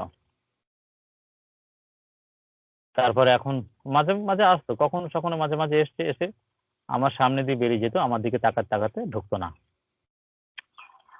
তা এগুলো হচ্ছে ফসফরাস, সমস্যা সমাধানের জন্য সাহায্যের আশ্বাস দেওয়া যায়, এগুলো তো বললাম। Hypocrisy, recognize does relatives his. সুতরাং ফসফরাসের জন্য ডার্ক হলো সিজ অবস্থা, ফসফরাসের জন্য ডার্ক হলো সিজ অবস্থা এবং অসহায়ত্ব অবস্থা, এবং তার এই অবস্থা থেকে বার হয়ে আসার জন্য আলোর প্রয়োজন। মানে পজিটিভ আলো তার দরকার, আশ্বাস বাণী তার দরকার। সে আপনার সাথে ততক্ষণ থাকবে যতক্ষণ আপনি তাকে সমস্যা থেকে বার হয়ে আসতে সহযোগিতা করবেন, অন্যথায় সে অন্য কারোর নিকট থেকে সাহায্য পাওয়ার জন্য মাথা ঘামাবে। মানে ব্যাপারটা হচ্ছে ওই যে, আমি যদি ওইখানটায় ভেঙে পড়তাম, ওকে আশ্বাস বাণী না দিয়ে, মনের জোর না দিয়ে যদি আমি ভেঙে পড়তাম যে কি করা যায়, এতে কিছু করা যাবে না দাদা, আপনি অন্য জায়গায় দেখেন, অন্য ডাক্তারের কাছে দেখেন, ও আমার কাছে আর বিন্দু মাত্র থাকবে না, অন্য জায়গায় চলে যাবে। ফসফরাস সবসময় সেফ হ্যান্ডে থাকতে চায়, এটাও তার কাছে একটা লাইট। ফসফরাস সর্বদাই একটা সেফ হ্যান্ডে থাকতে চায়, নিরাপদ হাতে থাকতে চায়। এই হচ্ছে আপনার ফসফরাস।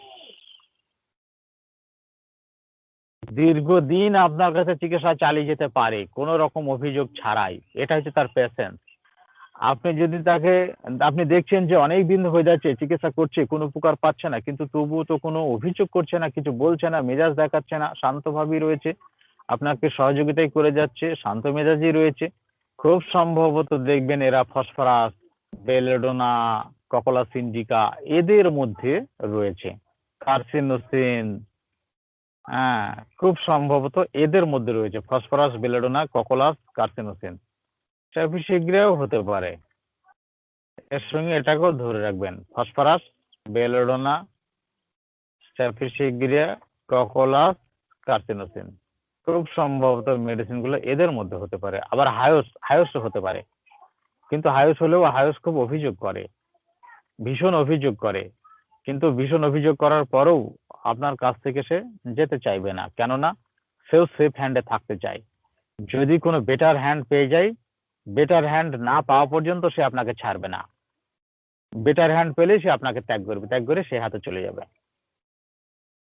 আপনার হাতে থাকা অবস্থায় সে অন্য হাত খুঁজতে থাকবে।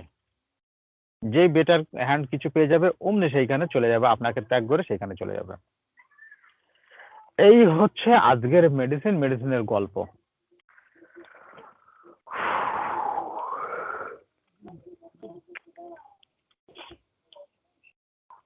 স্যার হুম ওই আমার একটা ভাইয়ের মেয়েকে বিয়ে দিছি কয়েকদিন আগে। হুম ওই ছেলেটাকে আমাকে ওই আমার তো জামাই এখন ফসফরাসের মতো লাগছে। তা ওর একটা কমপ্লেন ছিল, সেটা হলো তার হাতের ওই আঙ্গুলে মানে ছিল একজিমা। আচার ব্যবহার সবকিছুই আমি তাকে ফসফরাস পেয়েছি, কিন্তু একটা আচার আমার কাছে একটু খারাপ লাগছে, সেটা হলো যে ও আমার বাসায় যখন বেড়াইতে আসলো, ওই যাওয়ার সময় সে যে রুটটা তাকে ব্যবহার করতে বলছি ওইটা ব্যবহার করে নাই, সে অন্যটা রুট দিয়ে গেছে। কিন্তু সে যে ভুল রুটে গেছে সেইটাকে সে নথি স্বীকার করে না। এটা কি হতে পারে?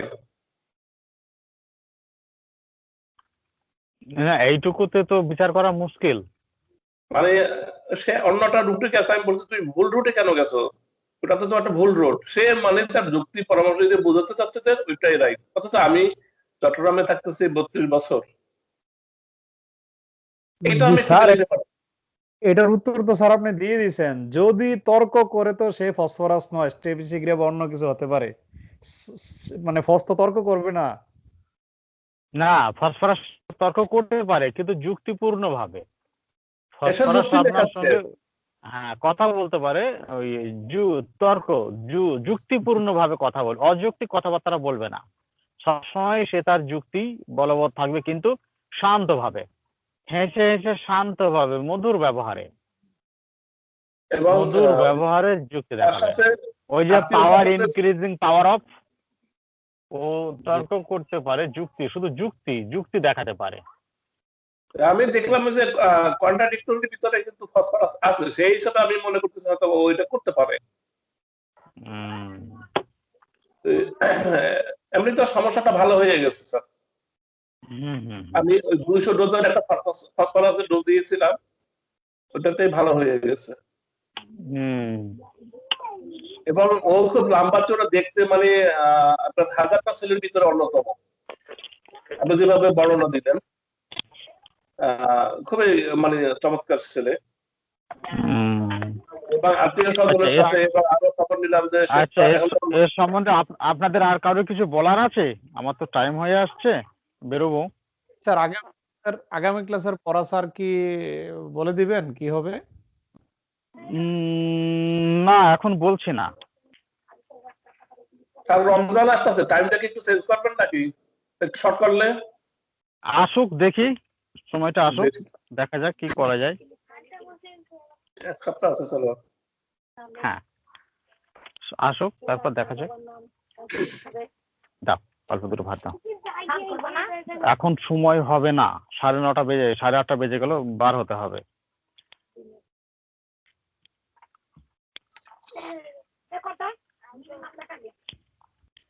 আচ্ছা থাক, এখন তুমি ওকে পড়াচ্ছ, পড়া।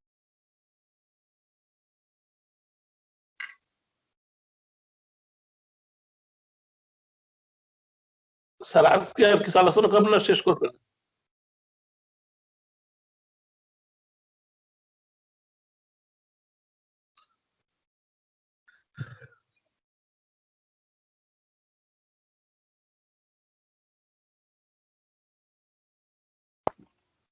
হ্যালো, কিছু বলছেন? আজকে আর কিছু আলোচনা করবেন না, শেষ স্যার? না, ফসফরাস তো পড়ানো হয়ে গেল, আবার কি আলোচনা করব বলেন? আমি তো একটু রুব্রিক সম্পর্কে জানতে চেয়েছিলাম আর কি।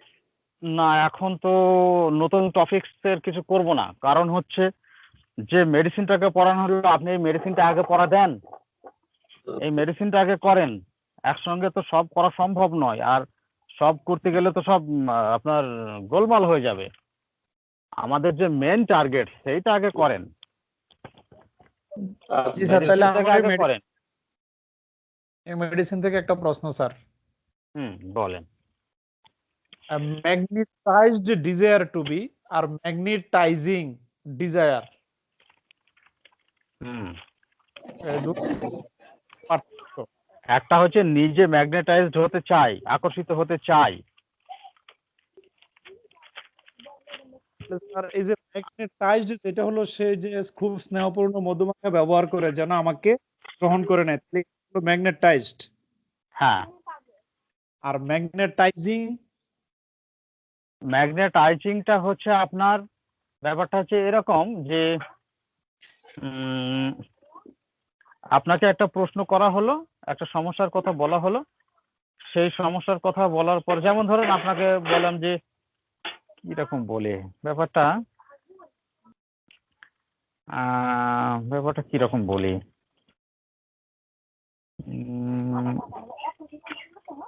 আপনি একটা ডাক্তারকে চিকিৎসা করাচ্ছেন, তো এবার কিছু কিছু ভাবনা আপনার মধ্যে রয়েছে সেই চিকিৎসার ব্যাপারে বা রোগের ব্যাপারে বা কিছু একটা ব্যাপারে কিছু মতামত, কিছু ভাবনা আপনার মধ্যে রয়েছে। এইবার সেই সম্বন্ধে একটা প্রশ্ন সেই ডাক্তারকে ছুঁড়ে দিলেন যে ডাক্তারবাবু এই ব্যাপারটা কি এরকম কিছু?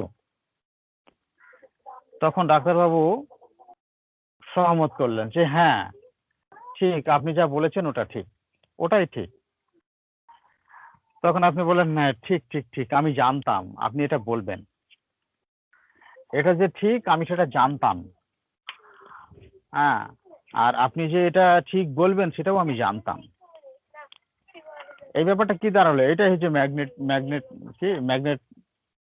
ম্যাগনেটাইজিং। এটা কি স্যার, আমার কাছে মনে হচ্ছে স্যার ম্যাগনেটাইজিংটাকে অনেকটা ম্যানিপুলেটিভের কাছাকাছি ম্যাগনেটাইজিংটা। ম্যানিপুলেটিভের কাছাকাছি নয়, এর মানে ফিলিংসটা তাকে হচ্ছে ওরকম।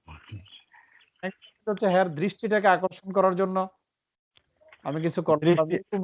না, দৃষ্টি আকর্ষণ করছে, কিন্তু কোনো ধান্দাবাজি এর মধ্যে নেই। সে দৃষ্টি আকর্ষণ করছে, ডাক্তারের দৃষ্টি আকর্ষণ করলো।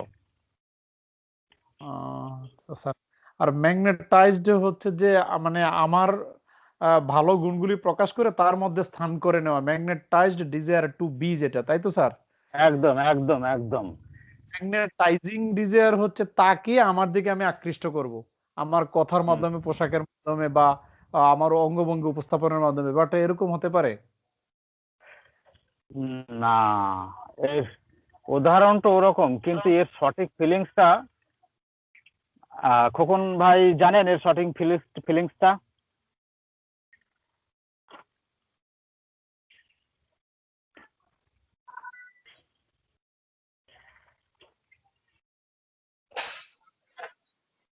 আচ্ছা, আমি এই ফিলিংসটা তৈরি করে বলবো, এর সঠিক জি ফিলিংসটা স্যার। কিরকম হবে সেটা বলবো। আচ্ছা কিন্তু ঠিক আছে। বিষয়টা হচ্ছে ওইরকম, বিষয়টা হচ্ছে ওইরকম যে আমি জানতাম, হ্যাঁ আমি জানি আপনি এটা বলবেন। হ্যাঁ, আচ্ছা ডাক্তারবাবু, আপনি আপনার কাছে তো আমি চিকিৎসা করছি, আপনি তো খুব বিজি থাকেন, তো আমি আপনার সঙ্গে আজকে এই সময় একটু কথা বলতে চাই, আমি কি সময় পাবো? এর সময় কথা বললে একটু ভালো হতো। তখন খুব হাসি মনে ডাক্তার বললেন আচ্ছা আচ্ছা ঠিক আছে, কোনো সমস্যা নেই, খুব ভালো হবে, তো এই সময়টা করে হোক। আচ্ছা আচ্ছা ডাক্তারবাবু, আমি জানতাম যে আপনি এটা মেনে নেবেন, আমি জানতাম আপনি মেনে নেবেন এটা, আপনি আমার কথায় সম্মতি হবেন, এটা আমি জানতাম। এটাই হচ্ছে আপনার ওই ম্যাগনেটাইজিং। এর সঠিক ফিলিংসটা আমি আপনাকে বলে দেবো। জি স্যার। জি স্যার, সাইলেসিয়ার ক্ষেত্রে ম্যাগনেটাইজিং ডিজায়ারটা কি সাপোর্টিং হিসাবে হবে এখানে?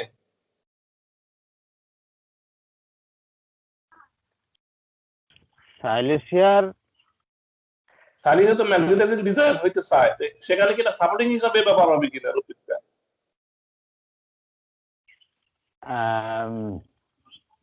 এটা ঠিক, হ্যাঁ সাপোর্টিং জিনিস, সাপোর্টিং, এটাও সাপোর্টিং। সে সাপোর্টিং মানে দৃষ্টি আকর্ষণ করছে আর কি, সেই হিসেবে সাপোর্টিং বোঝা যায়। বলতে সাপোর্টিং বলতে যেহেতু ও তো সাপোর্ট চায়, জি। ফসফরাস সাপোর্ট, এই সাইলেস সাপোর্ট ছাড়া চলতে পারে না। তো সাপোর্ট ছাড়া যদি চলতে না পারে, তো সাপোর্টারের সঙ্গে যদি খারাপ ব্যবহার করে, তাহলে সাপোর্টার তো আর ওকে সহযোগিতা করবে না।